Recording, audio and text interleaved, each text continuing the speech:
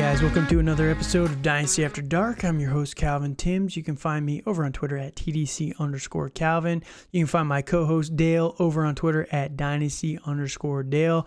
Make sure to follow us on the Dynasty After Dark YouTube channel. Make sure to drop a like, comment, subscription, anything to help the channel out while you're over there.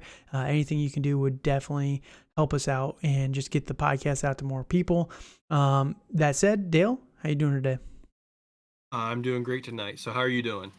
Not too bad. Can't complain too much. It's been I'm kind of excited. Next week I have a leadership conference for work, and it's right at the end of the week, last 2 days of the week. So I'll be down there, and then the next 3 days I'm taking off from work. So I get kind of like a nice little week and a half vacation in the middle of November. So it'll be nice. It's been crazy at work for a while now. So It'll be good to relax. So that said, we are going to now get into the recap of last week's starters. So last week we had some starts of the week. It did not go so well for me. It went great for Dale. I'll let him get into that when we get there. But for myself, not hot. I have been just absolutely miserable at starts of the week this year. But we'll follow it up with a little bit of advice for what to do in your league. So we need to evaluate. This is the perfect time of year to start evaluating your team and your standings. What you need to do to get to playoffs, what you need to do when you're in playoffs, or what you need to do to start to prepare for missing playoffs. So right around week 9, week 10 is when you really want to start making those moves before it's too late to kind of tank it out a little bit. You know, I'm not advocating for tanking, but lose every game you can if you're in rebuild. Just lose. So it just helps you more. Like, real quick, before we get into any of the recaps or anything like that, what is your stance on tanking? Because I've always thought, I don't understand the anger behind it, right? The only thing that I think is, people that don't like tanking are the ones that are just jealous that they're not getting the better player, right? Because the whole point of it is you're trying to improve your team long term, right? In Dynasty, you know, there's no tanking in a redraft league. It just means you suck, right? So in Dynasty, you losing this year and trying to lose as many games as possible to get the best pick next year and capitalize on that to make your team better. I just don't understand the negative conception with tanking. Like, oh, you're trying to improve your team. It's like, yeah, well, what do you mean? Like, I don't get it. Like, I don't understand the negatives around it, I guess. Well, I get all that, but I've always been brought up to be competitive and to try to strive to try and be the best I can be, you know, and I feel in most of my leagues, I've always been pretty competitive, so I've never really had to tank. So I guess I've never really been in that spot, thankfully. But right. I'd rather be competitive. I'd rather be competitive next year with Bijan Robinson on my team. You know what I mean? Like, I don't like. I get it. I get the people that don't want you to tank out for the best player. I understand that. Right. But the whole argument that it's not fair or it's not like moral or whatever, like, I just don't understand that. You're trying to improve your team long term. Well, it's not like you're trying to suck forever. Right. I mean, but I also feel that there's a line of at least fielding a competitive team. You know, that. Well, you can do that. I went against people where they like started Ryan Tannehill last week with the injury, yeah. Yeah, and stuff like that. So I understand that they're not doing well and they're one of the worst teams, but like at the very least, like, that one's tough. Accordingly. That one is tough, to be fair, because the whole Tannehill thing was the Sunday night game. You know what I mean? Right. And they kept it under the wraps.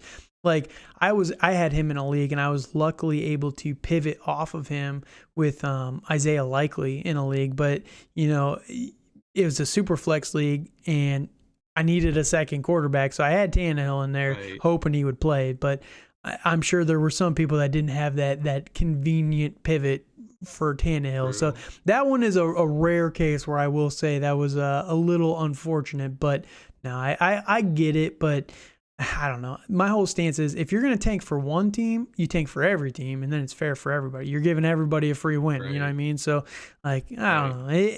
I think tanking's fine. But that said, don't tank in your leagues, but go and get the best picks you can if you're in rebuild. So, Right. all right. So that said, let's get into our starts of the week last week. We'll recap those. So it did not go well for me. My starts of the week last week were Keenan Allen, ended up not even playing. So I pivoted from him over on Twitter to Kadarius Toney.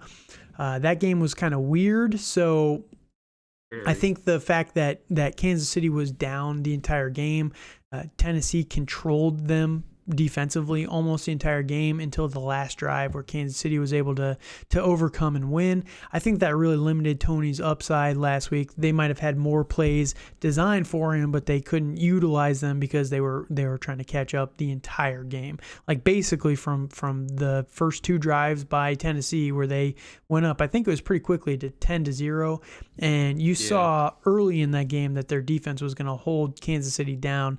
I think that really changed their game plan going into that. But then Antonio Gibson did nothing. A lot of running backs just massively disappointed last week. And then Deion Jackson he got injured early in that game. So it was a romping 0-3 for me last week. So hopefully this week I'll be able to overcome that a little bit. But your 3 guys, let's hear who you had. So I had Miles Sanders against a really bad Texans defense on Thursday night. He played well. He was RB11. I was really happy with that. And then I had the other side of the Keenan Allen story with Josh Palmer coming back from, I believe, a concussion. He was wide receiver 10. He was targeted a lot. The Falcons are bad, and Palmer was really the only option the Chargers had. Yeah, him and Eckler. That's why Eckler had like 85 touchdowns this week. Goodness. Exactly. And then my last start was Tyler Hot Lockett there.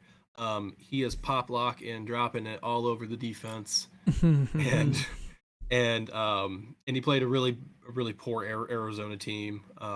And he was wide receiver 12. So I was all in RB1 / wide receiver 1 territory last week. So there you go. I was pretty excited with my picks. Massive 3-0 for you. So Dale is now up 3 on me on the season. So basically this entire week just absolutely smoked me, but we got a few weeks left, so we'll try and catch up. Yeah. But that said, my starts of the week this week are first off going to be James Conner with the Arizona Cardinals, running back. So last week they finally activated James Conner after 4 weeks of 3.5 weeks of injury.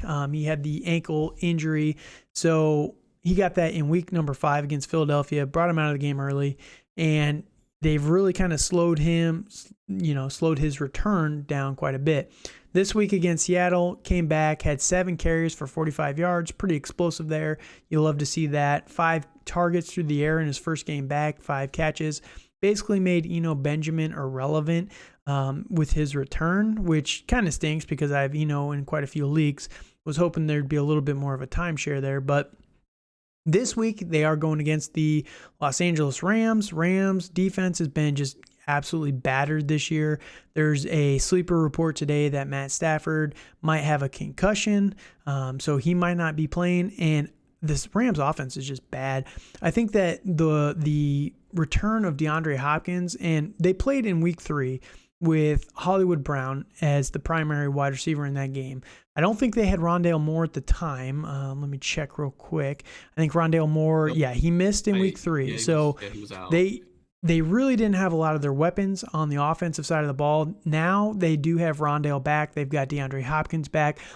The fact that Hopkins doesn't matter if he's covered or not, they're going to throw him the ball, and he's going to catch it more likely than not. I think it just really opens up the underneath stuff, which we've seen James Conner thrive quite a bit. I think this offense is going to be moving pretty well, and I think that they're going to get quite a few touchdown opportunities for James Conner this week, which he only has 1 on the year, and that's James Conner's calling card is touchdowns. So I think James Conner is going to be a slam success this week, but based on my track record, I guess I can't call anybody a slam success. All right, so my number 2 guy is going to be Dalton Schultz, tight end for the Dallas Cowboys. Now, last week they were on the bye. 2 weeks ago they played Chicago, and this was Dak's really first game back fully healthy where they leaned on him through the air. They had to kind of keep up. Chicago was really good in that game. I think they ended up scoring like 33, 35 points, Chicago did, and Dallas had to eke out the victory. So Chicago started to throw the ball quite a bit more, put a lot more on Dak Prescott, and Dak loves the safety blanket of Dalton Schultz and Tony Pollard. Now, this week they're going up against Green Bay. Last week, Green Bay's just been rough all year. It's just the team is falling apart. They really need a new GM is honestly what they need. That guy needs fired. But Yes. yeah, it's just rough. Aaron Rodgers also is probably done at this point. Like, he just needs to retire. I don't think he's happy anymore. No, Like, he's not. it's Definitely just not. he's not the type of personality. One of the things I was listening to a podcast and I thought this was kind of interesting. They talked about the body language, right? Where Tom Brady, it's been rough for the Bucs, right? Just like everyone's talking about Tom Brady and the Bucs, and then Aaron Rodgers and the Packers. Tom Brady could not get anything going against the Rams last week, and his body language was calm. Okay, that drive didn't go as expected. He just walked off the field, sat on the bench. You could tell he wasn't happy. Like, he's not happy, but he's not cussing out everybody. He's not throwing his helmet all over the field, slamming phones, all this stuff. Aaron Rodgers for the last month has just been absolutely, you can tell every time there's a mistake, he throws like a temper tantrum on the field. It's just his aura is just so mad that he doesn't have like anybody to throw to or anybody to really catch the ball at this point. He's like he's just an done. angry parent at a kid's volleyball game, like, hit the ball, what are you doing? So it's been rough. So I just don't think that that's going to change too much. I think that the Packers are going to continue to struggle. Last week they lost Eric Stokes, one of the top cornerbacks, and in this matchup with CeeDee Lamb, Michael Gallup, I think that they're going to try and shut those two guys down with Jair Alexander. They have a little bit more depth there, and I think it's going to just open up the underneath quite a bit more. Zeke, Pollard, and Dalton Schultz, I feel like, are going to be central pieces coming out of the bye in this game. So he's my number 2 guy. And then the last guy, real quick, is going to be Christian Kirk going up against the Kansas City Chiefs. So Christian Kirk has been a little up and down this season. Last week was another one of his good weeks. Basically, when he gets a touchdown, he has a really good week. But he's gotten so many targets on the year. He's currently the wide receiver number 10 in PPR leagues, which is crazy. He has 70 targets through 9 games. It's just a ton of targets. He only has 43 catches. I think that's going to start to pick up a little bit. Trevor Lawrence he's slowly starting to come around. I don't think he's quite what everyone was expecting when he got drafted, but he is slowly starting to mature into a better, more accurate quarterback. But Christian Kirk, he's only got 43 catches, but he's averaging 13.5 yards per catch. He's got 5 touchdowns already on the season through 9 games. I really like Christian Kirk. They're paying him a ton of money, and they're trying to, feature him quite a bit. Now, Kansas City, we've known for years, not the best defense.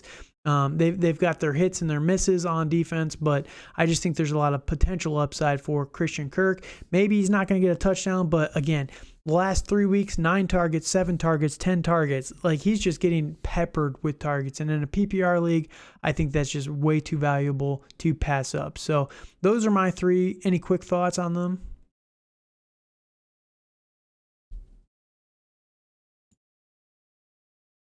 Well, I like most of those. I'm a little worried about Connor going against a really stout front 7, I would say, or at least Front 4. Or like at least 4.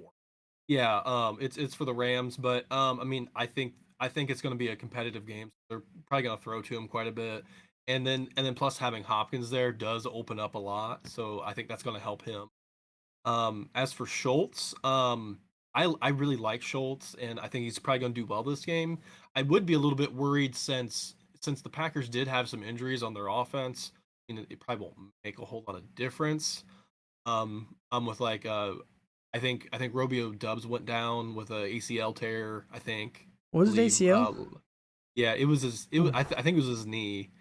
Yeah, Dang.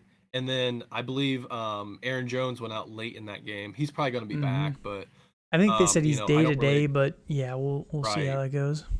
right, but I don't really expect Green Bay to put up a lot of fight with how Dallas is playing. And with Christian Kirk, I've really liked him all year. I really wasn't a believer with him in the desert, but like once he got to Jacksonville, he's been playing lights out. Yep, yep. So let us know your thoughts on my three starters of the week. Hopefully I can and hopefully I can catch up a game or two on Dale. But his guys that he's about to give you are pretty safe. I feel like they have pretty Yeah. high floors, so it's probably not going to be the week for me to make up too many games. But we'll see at the end of this. So who are your three guys that you're promoting this week? All right. So the first guy is going to be Amari Cooper of the Cleveland Browns. They're playing my Dolphins this week. And the Dolphins defense this year has been bad, but thankfully their offense has been better. Yes, So it has. I've been very happy about that. And I think this is probably going to be another shootout game because the Browns defense is trash as well. So it's not very good. And like I believe that Cooper and Brissett have a very good connection. I think he was almost, I think he was like a top five receiver a couple weeks ago when they played the Bengals. I think that Cooper's was been his kind best of game up of the and down. year. It's been him or Yeah, Donovan yeah, yeah. Peoples Jones. It's Yeah, it, it's not both yeah, ever. yeah. It's been up and down, but like I mean, it seems like when he has I think it's been pretty much every other week, which Hmm. is a fun little game. So, um, but I will say that he is the wide receiver 12 in PPR this year, which is really surprising with how good some of the wide receivers have been. Hmm. So, I Amari feel like he's. Cooper's been really good though. Yes, he has. Yes, he has. So, I feel he's a good play and a really a pretty solid floor play against a poor Miami defense. Hmm. And speaking of the Dolphins, real quick. So yesterday was election night in America, and did you see the Florida results? There was 1.2% of the votes for the state senate, I think, or governor, whatever it was. Yeah. 1.2% of votes were for Tua. Like they wrote him in. Attaboy. Oh my, that is amazing. That's hilarious. That's awesome. Florida is ridiculous, man. Absolutely. Oh goodness. But no, I do like Amari Cooper quite a bit. It's a pretty good sneaky play there. So I do like him. I think he's gonna have a pretty good week this week. Yes. Yes. And then my second start is Juju Smith-Schuster of the Kansas City Chiefs. Um, so it's going to be on the other side of the Christian Kirk coin here. Um, it seems like he's been really gelling with Patrick Mahomes the past couple weeks. Last week he had 12 targets. It helps when your quarterback throws 68 times. That does really help. But I feel he's been really efficient. It's the past couple weeks. Like he was 10 for 12 last week, and a couple weeks ago before the bye he was 7 for 8. I just think he's been really solid the past 3 weeks that he's played. Like, um, I'm like he hasn't been lower than wide receiver 8. And plus it's the Jacksonville back four. And their secondary isn't super good, and they're probably going to give up a lot of yards to Patrick Mahomes. And I believe this game is the highest over under of the week, which I kind of look at on my starts of the week. I'm like if you guys play like daily fantasy or whatever, that's kind of what I check out. And I think this is going to be a high scoring, high flying game, and I think they're going to be going back and forth a lot. This is the highest of the week, huh? I That's why I'd like 50.5. I think is the over Really? under there. I'm shocked that Detroit Chicago is not the highest of the week. That one should be a shootout. Yeah, Neither one has a I'll defense. double check real quick. Yeah, No, you're probably right. yeah, I'm just shocked that yeah. It's 50.5 with the Chiefs Jaguars and 48.5 with the Bears line. Wow. I feel like that game is just going to be like 75 over Oh, under. it's gonna be wild in Chicago. Like the weather's Yeah. gonna be great. Justin Fields is gonna run all over them. It's gonna be That'll be interesting. So, all right, I do like Juju though. We've seen the consistency start to build a little bit with Patrick Mahomes. You know, playing Fortnite or Modern Warfare or whatever it is. These kids right. play nowadays together. That's what they're finally starting to get on the same page a little bit. It's the breakfast narrative of Cooper Kupp and Matt Stafford. Exactly. Only Yes. it's the Absolutely. COD. I guess Mecole Hardman's been playing with him too, so and that's not even a joke. He has been playing with him, so Right. it's been him, Mecole, Kelsey, Juju, and Mahomes, and all three of those guys have been really good this year. So Yeah, it's the Call of Duty they narrative this year. So there you go. all right, so who's your third guy? So on my last start is going to be a fellow Buckeye of mine, and Chris Olave for the New Orleans Saints. It's the past few weeks he hasn't been getting he's been getting the production, but he hasn't been getting the fantasy finishes that you really want. I think yeah, he's been averaging probably about 14, 15 points. Like that's not horrible. But he's playing Pittsburgh, who like gave up a bunch against AJ Brown and Devonta Smith. I know those are different wide receivers and different athletes, but like Chris Olave is a smooth route runner, and he's really their only target in that offense, other than the running back. I should know they're starting Alvin Kamara. But there you go. but and it was really odd last week with the Baltimore game that like Kamara didn't get as involved. So maybe that means Olave might be more involved in this offense. I mean, it's him. I think maybe Jarvis Landry is there, maybe. And then they have they have Kevin White on the squad. They have Rashid Shaheed. There we go.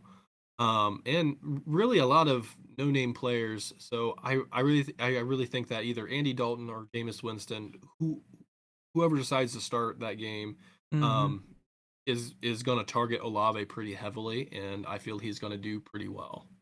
Yeah, we will see. So the biggest thing with Olave is I'm a little nervous about him with Pittsburgh coming out of the bye. Mike Tomlin is not going to mess around. He does not like to lose. So I'd be a little nervous from that aspect. And the other aspect is too, like I understand that Jameis has not been that good. When he started the first 3 weeks, he had 5 interceptions in 3 games. Typical Jameis. 4 touchdowns, 5 interceptions. So typical Jameis to start the season. I understand he was injured and everything. But Andy Dalton, he does nothing for this offense. Like, he's not exciting in any way. Nope. He doesn't elevate anybody on this team. Like, he really just does nothing. At least with Jameis, he threw 5 interceptions in those games, but 40 attempts, 25 completions, 41 attempts, 25 completions, over 300 yards. Like, I just think that he provides more for this team. And if Andy Dalton goes out there and starts to stink yet again against Pittsburgh, in Pittsburgh, against Mike Tomlin off the bye, they are going to pull him. And anytime you swap like quarterbacks mid-game, it's just not great for the fantasy weapons that week. So I do like Chris Olave quite a bit, but I just think that it's a risky play this week specifically. Long term, I agree with you. Definitely going to be fine long term. Yeah. Dude's a stud, but this week I'm just a little bit nervous for that reason alone. So we will see, but hopefully you're wrong and I can gain a game on you this week. So we will see. Maybe. We will see. So, all right, that is our starts of the week. Again, let us know over on Twitter, over on YouTube. While you're on YouTube, just drop a like, comment, subscription to the channel. Again, just tell one of your friends about the podcast. And the one nice thing, I will say this before too. So this is a weekly, podcast in season. This is not our time to shine.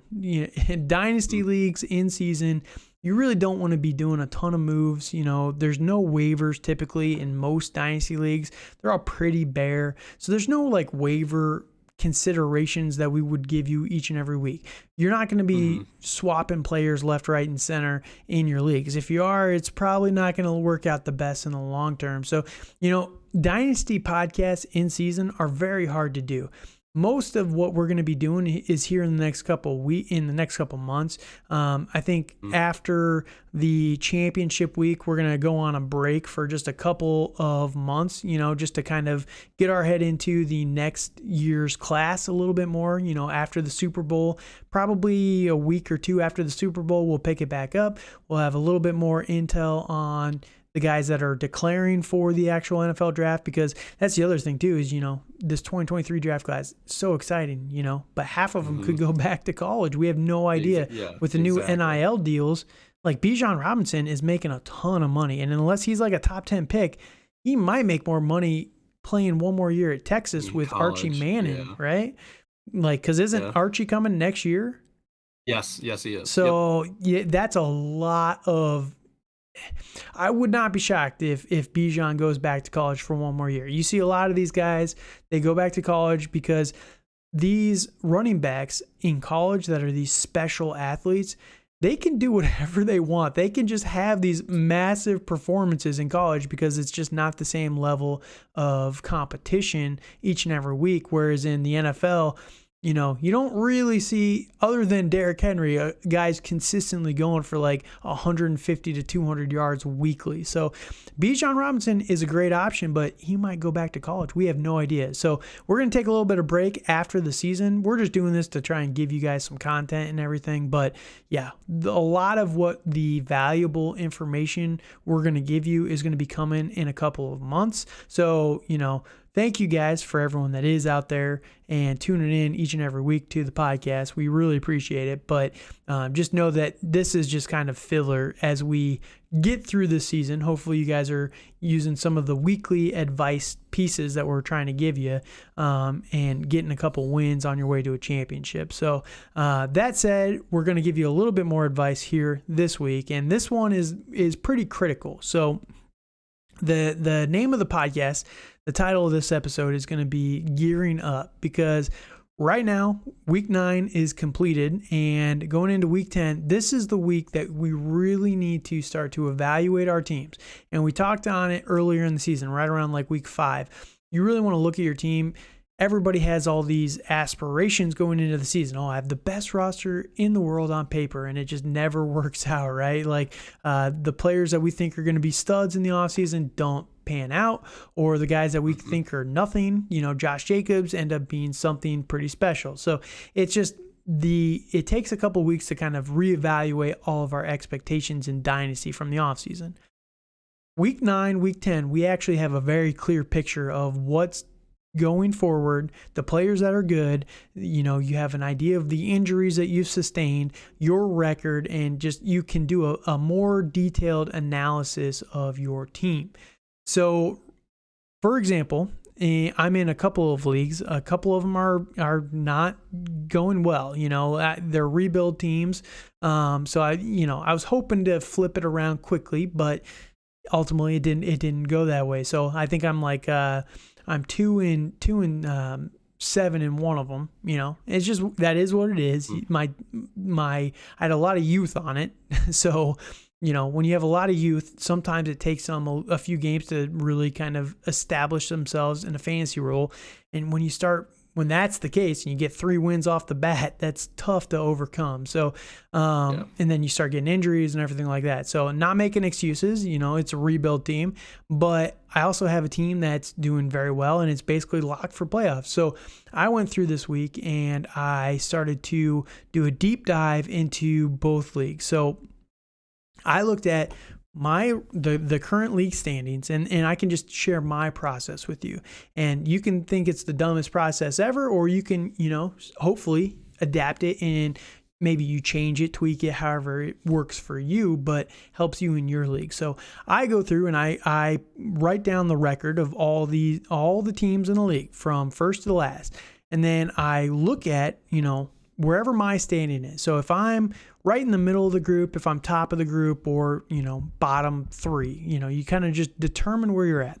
If you're one of the top teams, look at your schedule. And this is basically for group 1 and group 2. If you're a top half team, look at your schedule for the next 5 weeks. Do you have a murderer's row gauntlet of teams to come up? Because if you are, then maybe you don't feel as confident about getting to playoffs. If you're playing the 2, 3, 4, 5 team in the next 4 weeks, that's not going to feel great. That's definitely going to lead to probably 1 or 2 losses. And that could be the difference from you making playoffs to you not making playoffs. So never feel confident if you're a top 3 team that you're locked for playoffs until you're officially locked, right?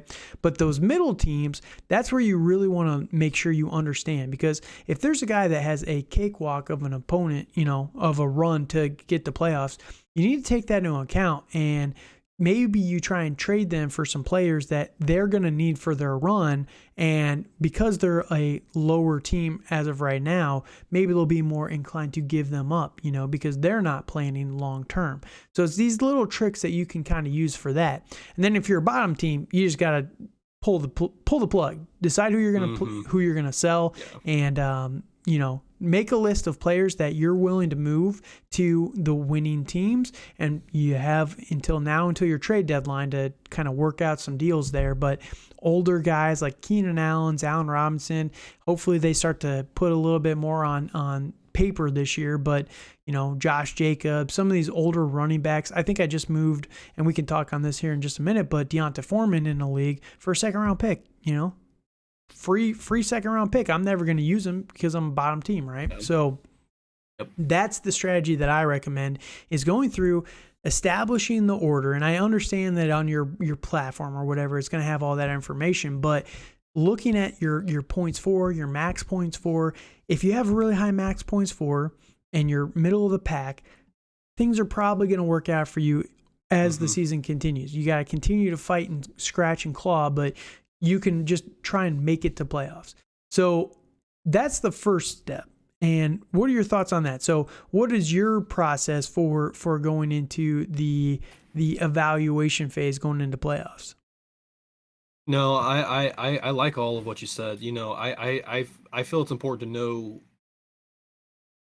know your league is the biggest thing, and like you were saying, to kind of go over the schedule a little bit and to see who's like on bye. Like, it's, for instance, like in one of my leagues, I have both of my quarterbacks on a bye on week 14. So yeah, I am not looking forward to that. I'm probably gonna have to make a trade, and I don't know how that's gonna go.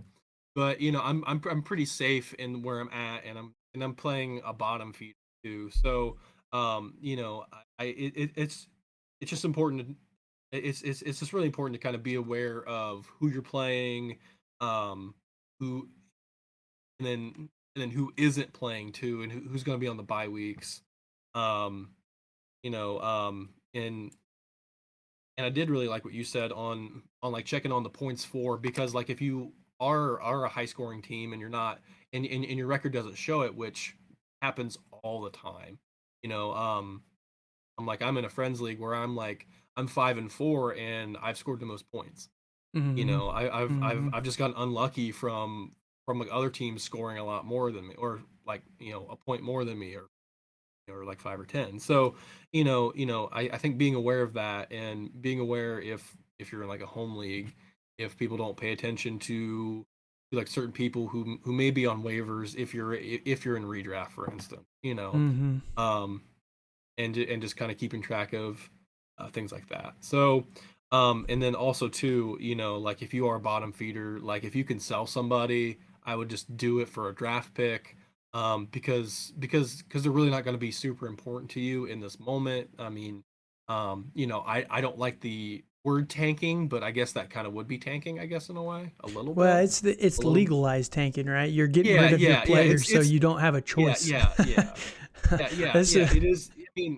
I mean, I would much rather do that than like flat out like not. Right. And this is what I was saying about in ERI last week in my recap, telling people to come trade for my players because I don't want to have to start them. So, you know what I mean? So I can tank legally, right? So Yes, morally exactly. tanking, but Yes, and I'm fine with morally tanking. I just always like to put my best foot out, yeah, and feel like I at I least get gave it. it my all, at the very least, like even if I had a really crap team.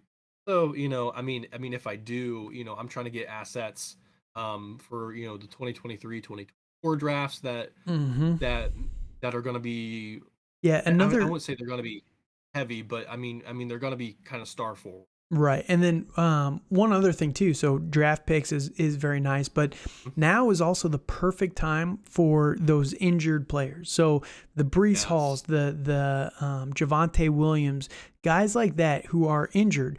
If the owner of those players is a playoff caliber team, they are much more willing to move them now than they will be in 6 months' time.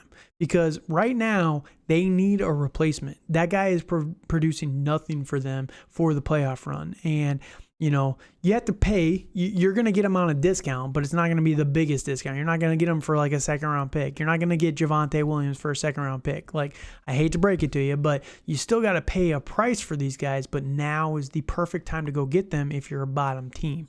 So, draft picks are great and all, but another thing to target is there's a little bit more risk with this, but it's kind of it's a known risk, right? Because I did this actually in one of these leagues, and one of the reasons why it didn't work out is I went and got Cam Akers, Travis Etienne, and J.K. Dobbins all on injury last year, and then I traded Travis Etienne. Not great, not Ooh. great. Of the three, Ooh. of the Yeah. three, I traded Travis Etienne. I was, God, I'm so mad about that. But, Yeah. I got all of them on a pretty good discount because they were trying to compete at the time. And if they would have all come back like Travis Etienne, that would have looked like a steal, a year Yes. later. So Absolutely. draft picks are great, Absolutely. but you don't know who you're going to get with that draft pick. Where at least with the Mhm. player, there's the risk that they don't come back from injury, like J.K. Dobbins. But at Yeah. least the player that you're getting and the potential of that player, right? So that's one other thing too. So if you're a bottom team, make a list of players that you think are not going to be pivotal to your dynasty core, your cornerstone players over the next 2 to 3 years.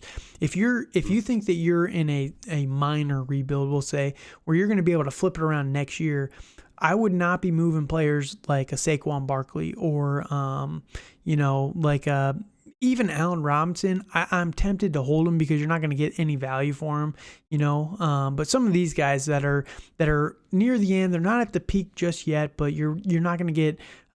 They're going to be helpful to you in the next couple of seasons, right? So I'm not trying to sell those guys. Moreover, like guys that you think you can get a massive return on, and it's not going to be able to live up to it, like a Derrick Henry or something like that. Yep.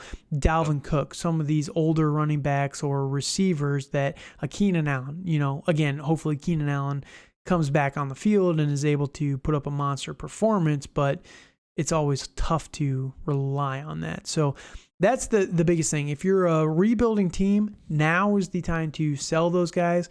As you start to approach that trade deadline, people are going to get a lot more itchy to make sure that their holes are evaluated. Now, if you are a playoff team and you're looking at it, you think you're going to get playoffs, or you think that you've locked playoffs already, the biggest thing right now is to start looking at the holes on your roster and start to fill them with either cheap options or stud options. If you're going to go get a stud option, understand the risk, because if you have quite a few weeks between now and fantasy playoffs, if you go and trade for someone like, let's say, a Alvin Kamara or a Joe Mixon or something like that, there is the risk that those guys get injured between now and the fantasy playoffs. So understand that.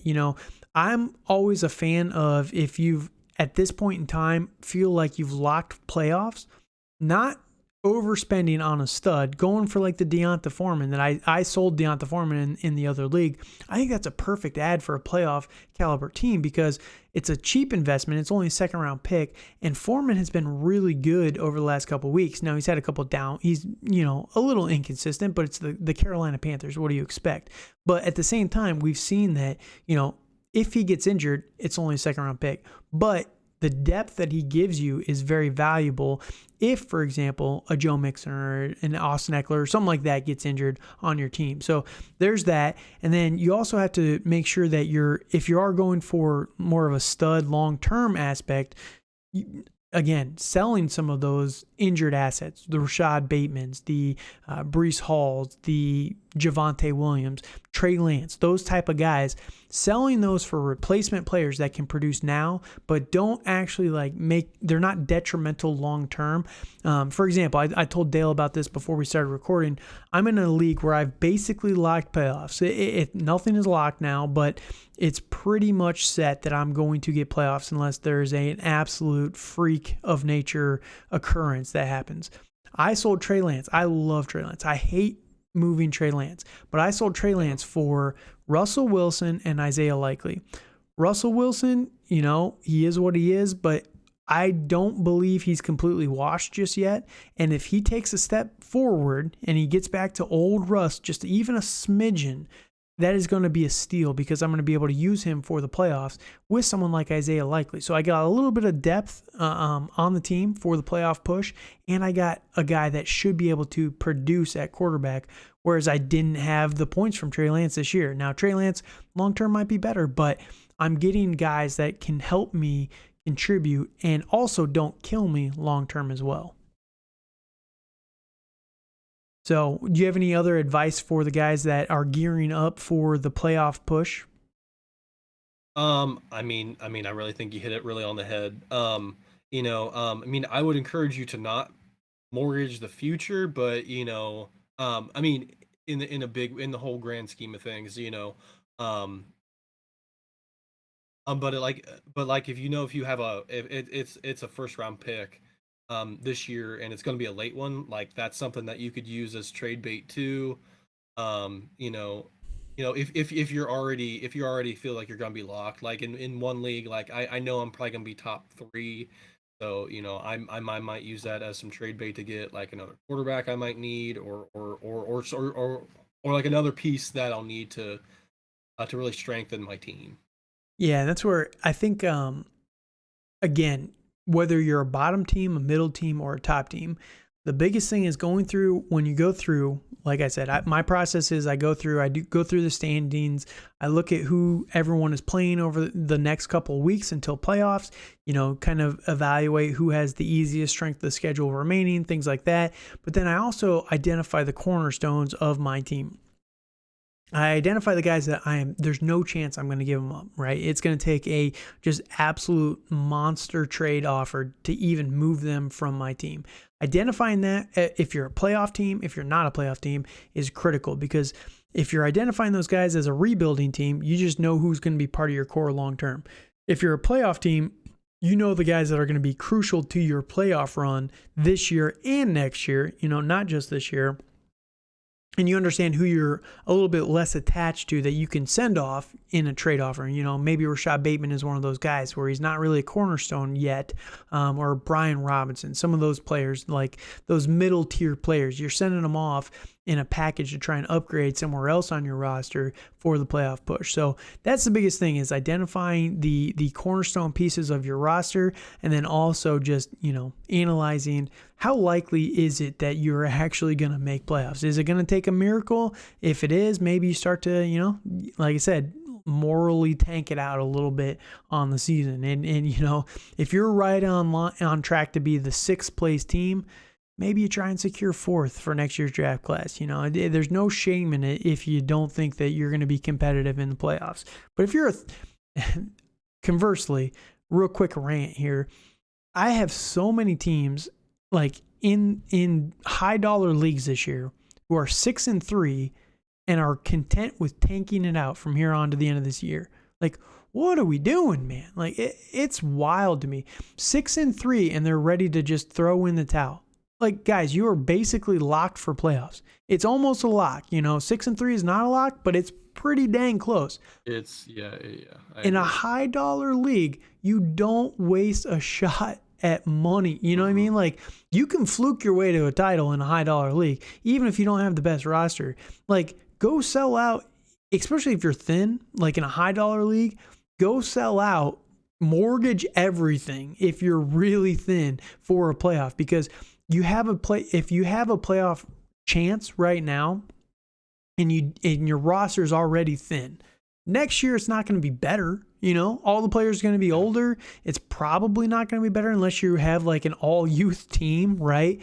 So your team is not going to be back here probably again. So just go sell out and then blow it up afterwards, Like, I don't know. It's just so many people in so many leagues right now that are just throwing in the towel, and I just do not understand it whatsoever. So, I don't know. People need to just go for it, man. No, I agree with that, but I feel a lot of people get really enamored with the draft picks. Youth? And Gotta have the youth. Yes, I hear that so much, and sometimes you just have to like just get the guy that's 27, 28, then you might be able to win the championship. And then and then if you win, like, you're playing with house money for a couple. Right, exactly. So one of my leagues I'm in is a high dollar league, but if I win it, I'm playing for free for 8 years. Like, I can sell out to an extent and then just blow it up afterwards. If I get top 2, that's 3-4 years of free play. So, blow it up afterwards, but just don't be afraid to go for it. That's all I'm saying. So, that said, that's the end of our advice here. We will quickly transition into a recap of week 9 for the ERI League. Thank you guys again for listening. While you're here, just make sure you like, comment, subscribe to the video on YouTube, Spotify, wherever you're listening.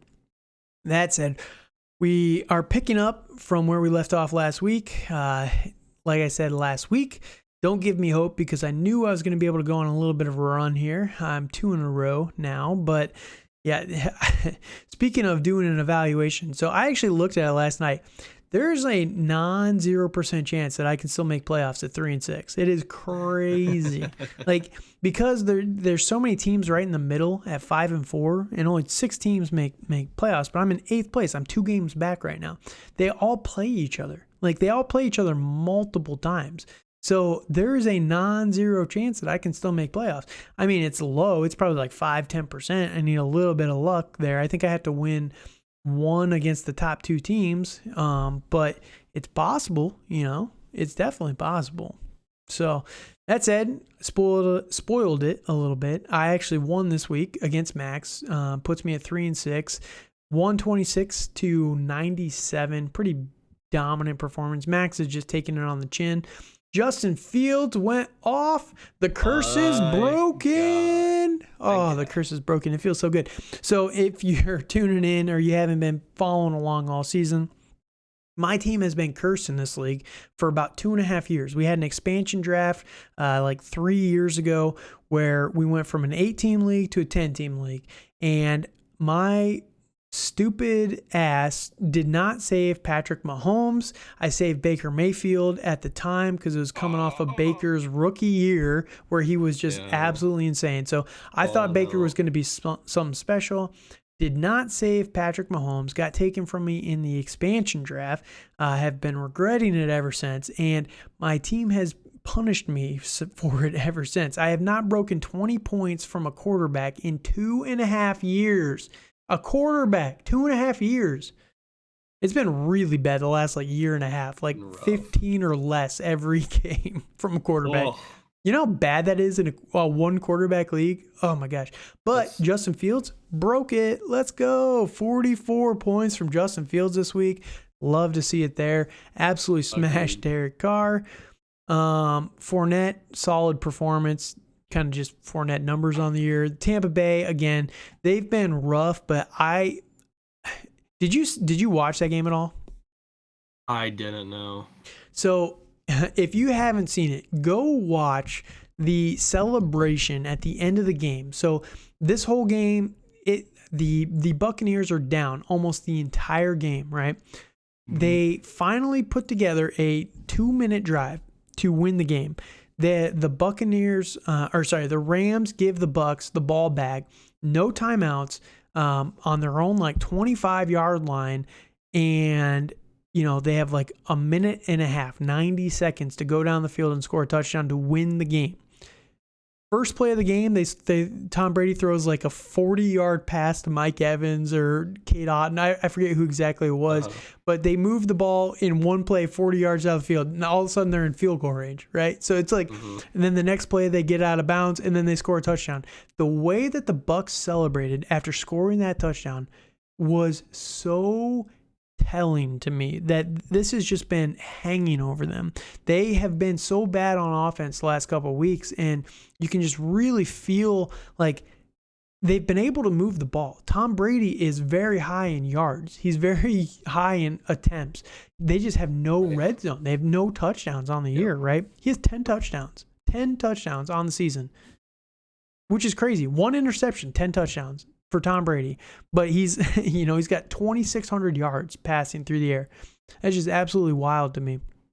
But that said, the way they celebrated at the end of the game just tells me that they finally got the monkey off their back. Better days are ahead for Tampa Bay, and matchup wise, it definitely gets a lot easier. They got Seattle, the bye week finally. I think between this game is going to be a get right game a little bit. I don't think they're going to be fixed, but then the bye after that, I think Tampa Bay is coming back hard after the bye week. So enjoy your Bucs here in the next couple of weeks. So that's all I'm going to say there.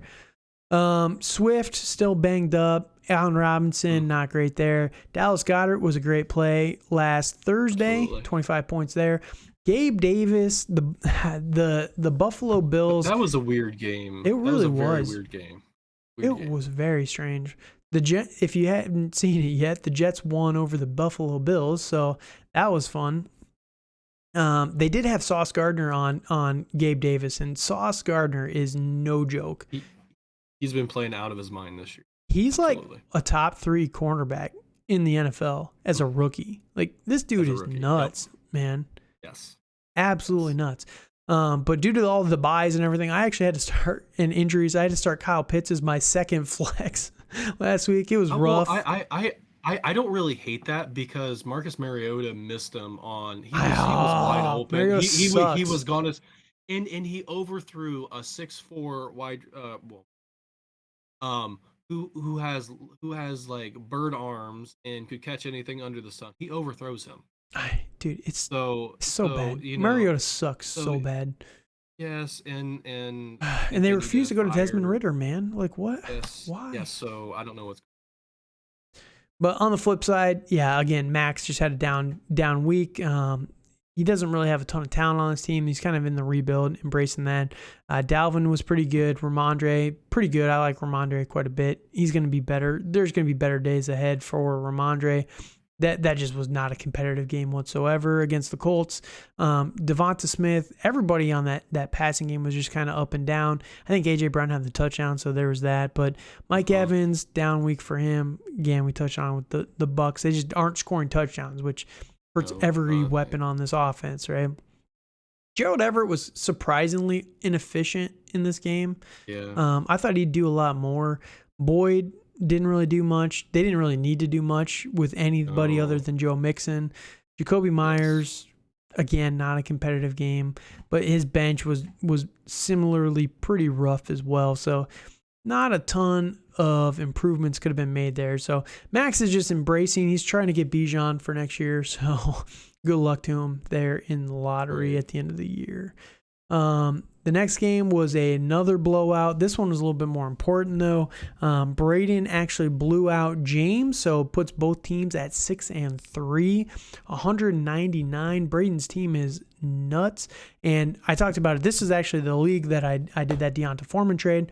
It makes it a little bit nicer because I did pick up Deonta Foreman off of waivers 2 weeks ago, and then I traded him for a second-round pick, so that's pretty nice. I won't lie there. That is pretty nice. But again, I do like it for Braden securing some depth there at running back because Austin Eckler and Joe Mixon have been great. Don't get me wrong, but if either one of those guys go down, we've seen at least with the Deonta Foreman that he has the potential to put up a similar stat line to these two guys. Right. On the flip side, James's team is just the wheels are starting to come off a little bit. Patrick Mahomes is solid as usual. Aaron Jones, though, got injured in that game. He's questionable day to day, but this offense, we talked on it earlier, it's just been rough, man. It's bad. It's gross. Right. Michael Carter, he was good, but he's on bye this week, which kind of stinks. Yeah. I like Michael Carter a lot. I think he's going to be good for the rest of the year. Zach Wilson is slowly starting to improve, man. Like, he gets so much hate. I think he's starting to figure it out, but he hasn't made he hasn't been making mistakes.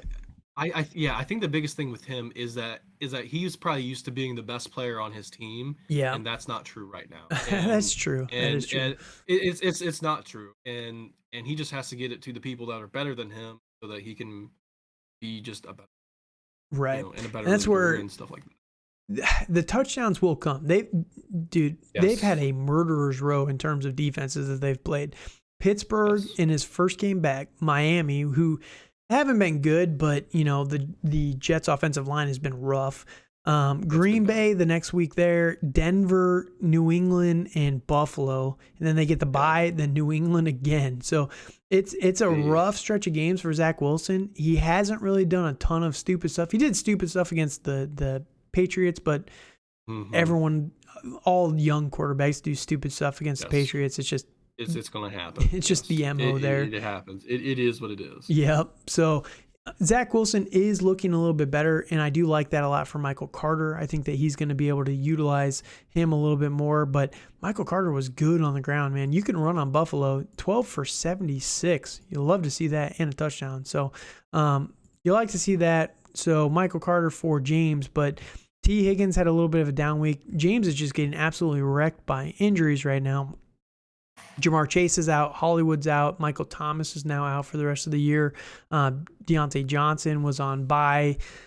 He's also pretty much out for the rest of the year. Clyde is useless after the start of the season. So he's just the depth is disappearing pretty quickly for James. It feels like Garrett Wilson at least has been stepping it up for him. Raheem Mostert kind of hit or miss, but yeah, Evan Ingram still kind of weak at tight end there.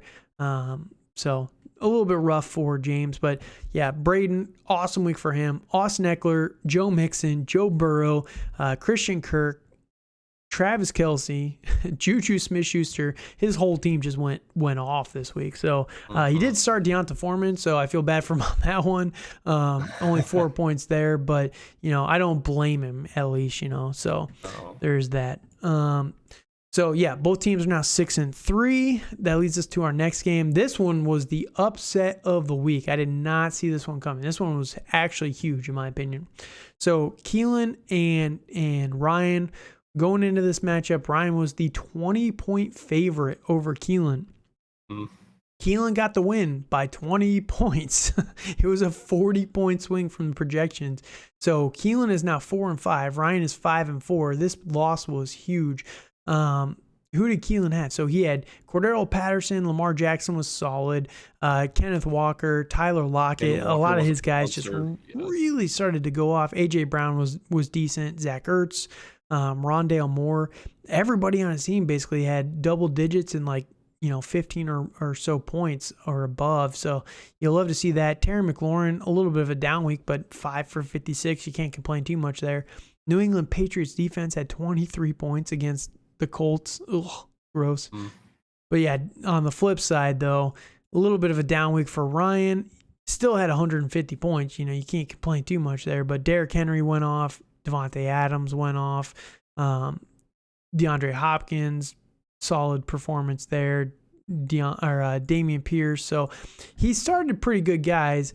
Really not too much more he could have done, with his roster. So just a good week by Keelan.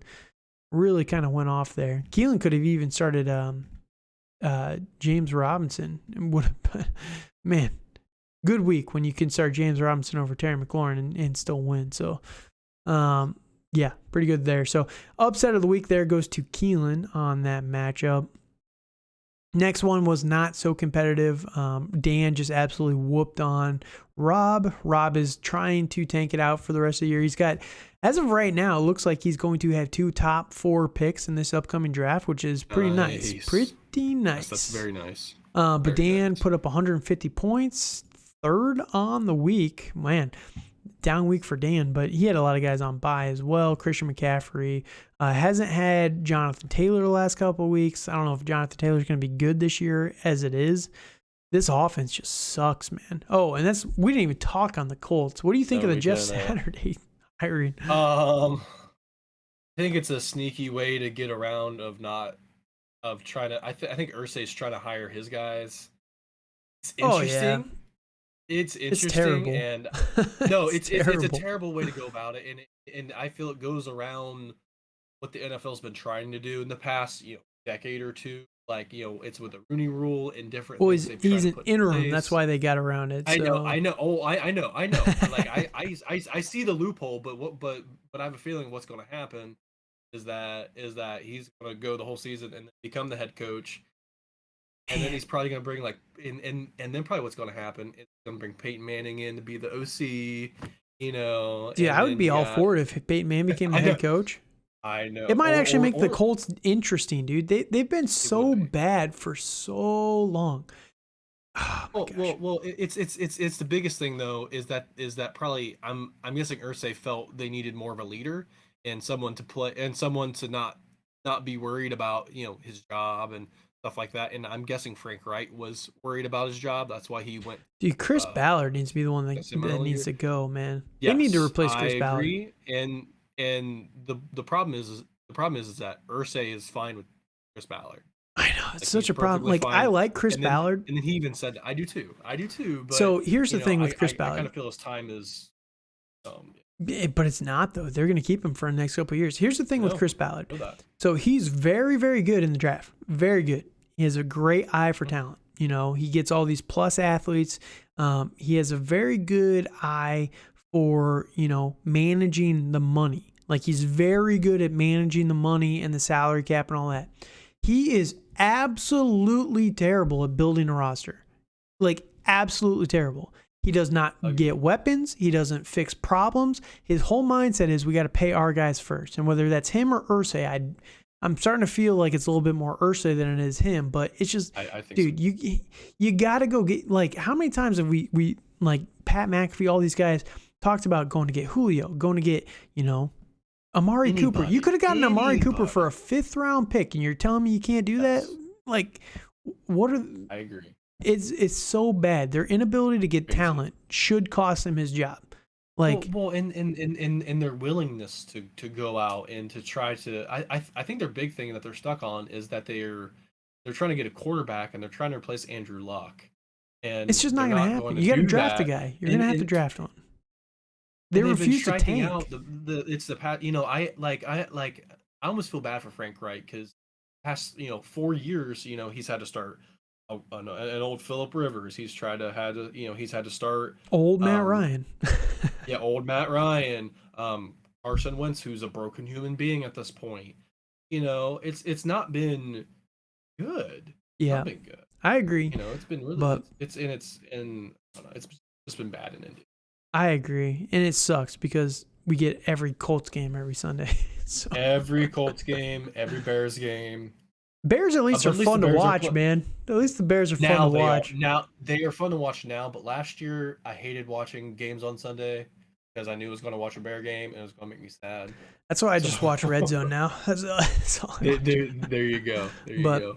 All right, so quickly on Dan's roster. So one of the interesting things here, and knowing that this is my work league, so I have a little bit of inside information. Dan is absolutely terrified of his quarterback position going into playoffs, which is juicy. Like, it's hilarious to me. Good. So, he's hoping that Deshaun Watson comes back and saves his team. And, it's possible he'll have 3 weeks of ramp up before the first time Dan has to play. But his first game with Dan is going to be against New Orleans, which is not a great situation there. So it's very juicy to me that he's absolutely terrified of his quarterback position. But yeah, the rest of his roster is just fine. So it doesn't really matter. All right. So then the last matchup was a little interesting. Ken is on an absolute heater right now. It's just insane. Got the win over Eric, puts both teams at 5-4. And this is, I think, what made it a little bit more possible for me to sneak my way into playoffs potentially if I were to win out the rest of the year, basically. It's not impossible, but it's just a very, very long shot. So I think here probably in 2 weeks, in week number 12, we'll probably touch on playoff scenarios and things like that. There's too many scenarios, I think, still right now at this time, but we will touch on them here in a couple weeks. So that said, Tua has been killing it. Travis Etienne looks like a stud. So mad about that, man. Jalen Waddle, Noah Fant all went off. Allen Lazard's been pretty good this year. The one weapon in Green Bay that's actually kind of useful. Other than that, like I will say, Ken is getting a little bit lucky because he has nobody else on his bench to really be starting. But the guys Harris is on his bench. Come on. Yeah, great. But yeah, he's been getting a little bit lucky in terms of his points by his starters, but his starters have been really, really good. So you can't complain too much there. His starters have been very, very good, but any injuries or anything like that, he might be absolutely screwed. So just something to watch as we move forward. But on the flip side, Eric had a pretty down week. Only 94 points by him. Whooping by Ken, put up 150. But Jacobs has been down a couple weeks in a row. James Conner, we talked on him. Alec Pierce, that was just a terrible performance there. Darnell Mooney got the touchdown. You like to see that. Josh Allen was still great, 25 points in a loss in a weird game. I think he had 2 rushing touchdowns. That might be why, though. I think that is, yeah. He ran both of them in. But, yeah, the bottom half here is where it absolutely killed Eric. Mike Gesicki down week. Antonio Gibson down week. MVS down week. I think it's Marvin Gaye? No, Matt Gay, the kicker, down week. Baltimore defense, okay, not great. Decent. But, yeah. Just a rough week. He was pretty ravaged by bye weeks, but that's where depth comes in handy, I guess. So did have Kenyon Drake on his bench, could have started. Wouldn't have made a difference, but would have made you feel a little better. Yeah. So all right, so that leaves our standings. Oh, and real quick, I touched on it. The trade was I did make the trade, the second round pick for Deonta Foreman, so I added an extra second round pick basically for free because I picked up Foreman 2 weeks ago off the waiver. So love to see that. But final standings here after week 9. First place by himself, 2-game lead is Dan, 8-1. A 2-way tie for second with Braden and James. Braden has the tiebreak on points. Both are at 6-3. Looking more and more likely that Braden's going to get that second bye going into playoffs. James, again, we talked on him. His team is a little bit in free fall right now. There's still time. I mean, Jamar Chase might be back next week, so that'll definitely help this team quite a bit. Running back still a little bit of a need, but it is what it is. You can still definitely make a run though, for sure. Ryan, and there's a 3-way tie for fourth place. Ryan at 5-4, Eric at 5-4, and Ken all at 5-4. This is where it gets interesting because Keelan is at 4-5. He's 1 game back in 7th place. Top 6 go to playoffs. I am in 8th place at 3-6, 2-7 for Rob, and 1-8 for Max. It's looking likely that Max is going to have the highest odds in the lottery for the number 1 overall pick, but that's not great for Max because Rob has his pick. So it's looking likely that Rob has the highest odds for the number 1 and the number 2 picks in the lottery. So he will be very happy if that comes to pass. We'll see how that goes and whether I can pry one of those away from him in the offseason. So we'll see. But yeah, interesting times. So any other thoughts before we get out of here? I don't really think so on this week or for ERI. There we go. All right. So short and simple and to the point. Thank you guys again for listening. Let us know any comments or questions that you might have. You can find us over on Twitter at TDC_Calvin, at Dynasty_Dale. We're pretty responsive. If you want to shoot us a message, if you want to shoot us a DM, whatever it is. Neither one. I'm assuming you're not verified on Twitter yet, Dale. I am not paying. I'm not free paying for life. Let's go. I'll slum it up with all the bots. I don't even give a shit. There you go. All right. Well, if there's anything else, let us know. Hit us up on YouTube, on Twitter. Thank you guys for listening. Have a good night.